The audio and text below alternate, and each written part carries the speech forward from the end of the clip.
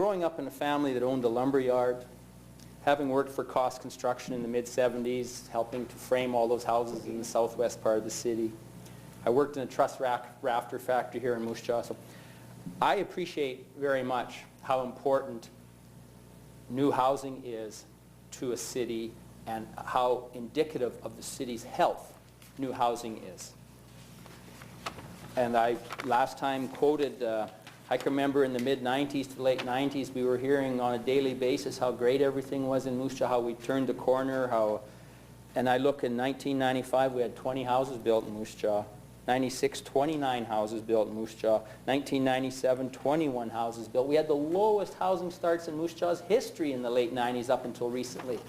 And it is a good thing that housing has picked up in Moose Jaw. And we hear tonight that there's been approximately 90 units started in Moose Jaw, and I pointed out last time that Saskatoon's up around 1,200 this year, and Regina's over 1,000, and so it's all relative.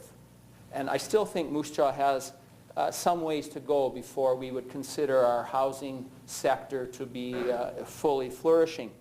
But this is really $1 million question.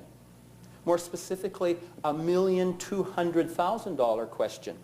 And we're being asked to take $1,200,000 and transfer it from cash into pavement, sidewalk, underground water, underground sewer in an area where lot sales were very, very slow and only were stimulated by deep discounts and reductions from fees that are normally associated with the purchase of a lot in Moose Jaw. And that was when the prices were in the $25,000 range.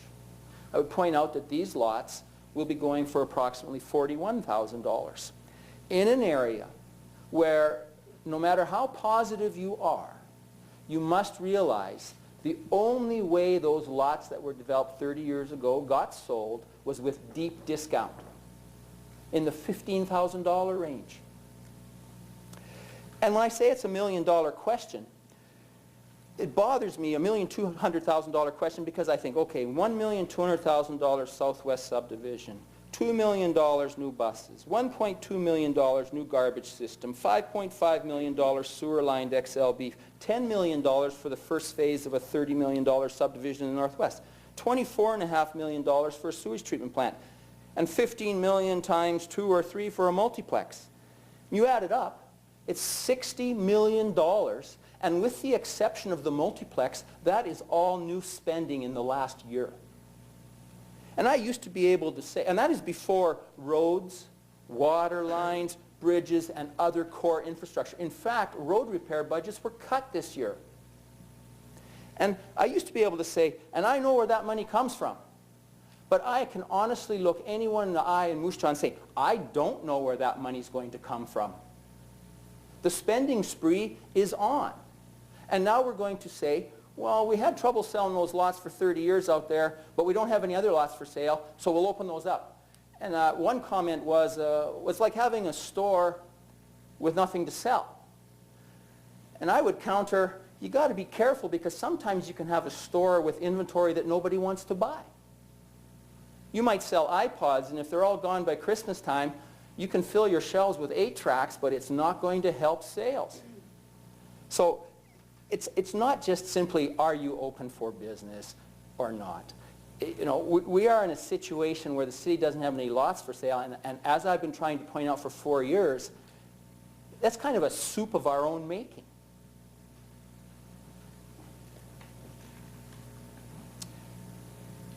We do have lots in Moose Jaw.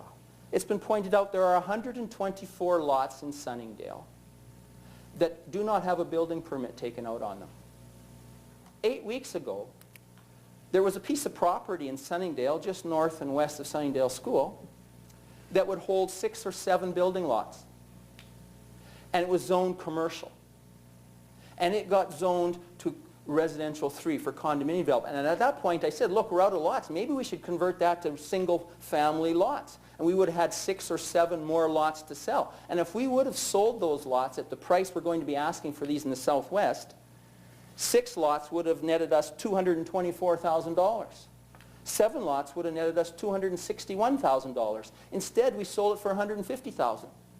And I asked myself, on one hand, we complain about how few lots we have, but here was an opportunity to open up some new lots in an area that people want and get more money for them. And I think the vote was, what, 5-1, 6-1, 4-2? We couldn't do that. But we can go and spread the city further out in the southwest. And I would point out, there's no traffic analysis. And if you ever sit at the corner of Cotto and 9th, and you watch how much traffic flows through that, and you realize everything west of 9th Avenue and north of Cotto drains through that one intersection. And if I was to stand up and tell you every chance I get how much I'm in favor of the environment, I might point out to you that it isn't really a sound environmental thing to spread the city further out when your population isn't growing and put increased stress on the only feeder route you have to the central part of the city. I don't think it makes sense financially. I don't think it makes sense environmentally. I don't think it makes sense in terms of traffic flow. And we did have options for other lots. And why we have sold all these lots for $1,000 down, 2 years you can hold them. And as is pointed out, we have one contractor in the town holding on to 21 lots. And as was pointed out to me, 21 lots with $1,000 down is $21,000. You go to the bank and borrow $21,000 at 8%, that's $1,600 a year interest. You are holding 21 lots for $150 a month. And I think the truth is, there is 124 lots in Sunnydale that don't have a building permit on. Unfortunately, the city doesn't own them anymore. We have taken on the role of banker for contractors in the city, which I think was a very foolish thing to do, and has brought us to a situation where we have to be in the Calgary Herald because we don't have lots for sale. But we've got, if you take a drive like I did the other day, go out into Sunnydale and you'll see all kinds of empty lots.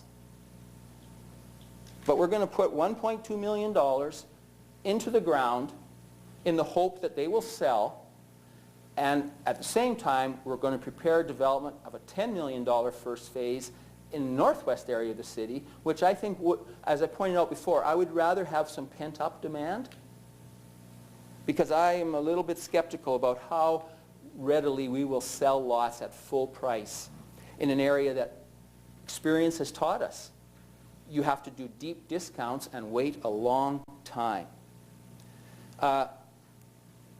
Just as a point, I think this idea about new information, I was at the meeting and I specifically remember the comment came out is that we hope to get these developed in 2008, but who knows, it might go to 2009. I never once heard the year 2010.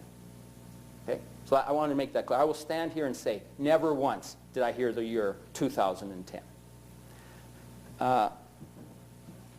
It's unfortunate the city of Moose Jaw is in this position. We shouldn't have got here.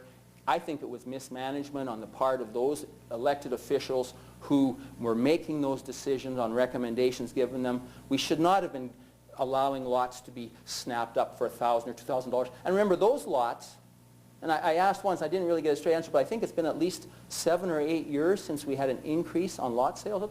Those lots were selling in Sunnydale for $23,000 to $25,000 each. These new lots will be $41,000. And it was pointed out in our report that that price is relatively low compared to other places in Saskatchewan. In Saskatoon, where they're building 1,200 houses a year, their front footage is over $1,000. So it's got more to do with demand and market forces than the idea that we're open for business and we're going to put some lots out there. Because I guess in a year from now, that will be the proof of the pudding. How many of those lots have sold in a year from now? I don't think it's a good idea. I don't like the situation we're in. I tried everything I could to prevent us from getting in this situation, but we're in it. And I think we could make it worse. I'm going to ask that we record this vote, please. On the motion before us, those in favor? I have Councilor Findlay, Councilor Chow, Mayor McBain, Councilor Sagal-Hendry. Those opposed? I have Councilor Looning, Councilor Swanson, motion is carried.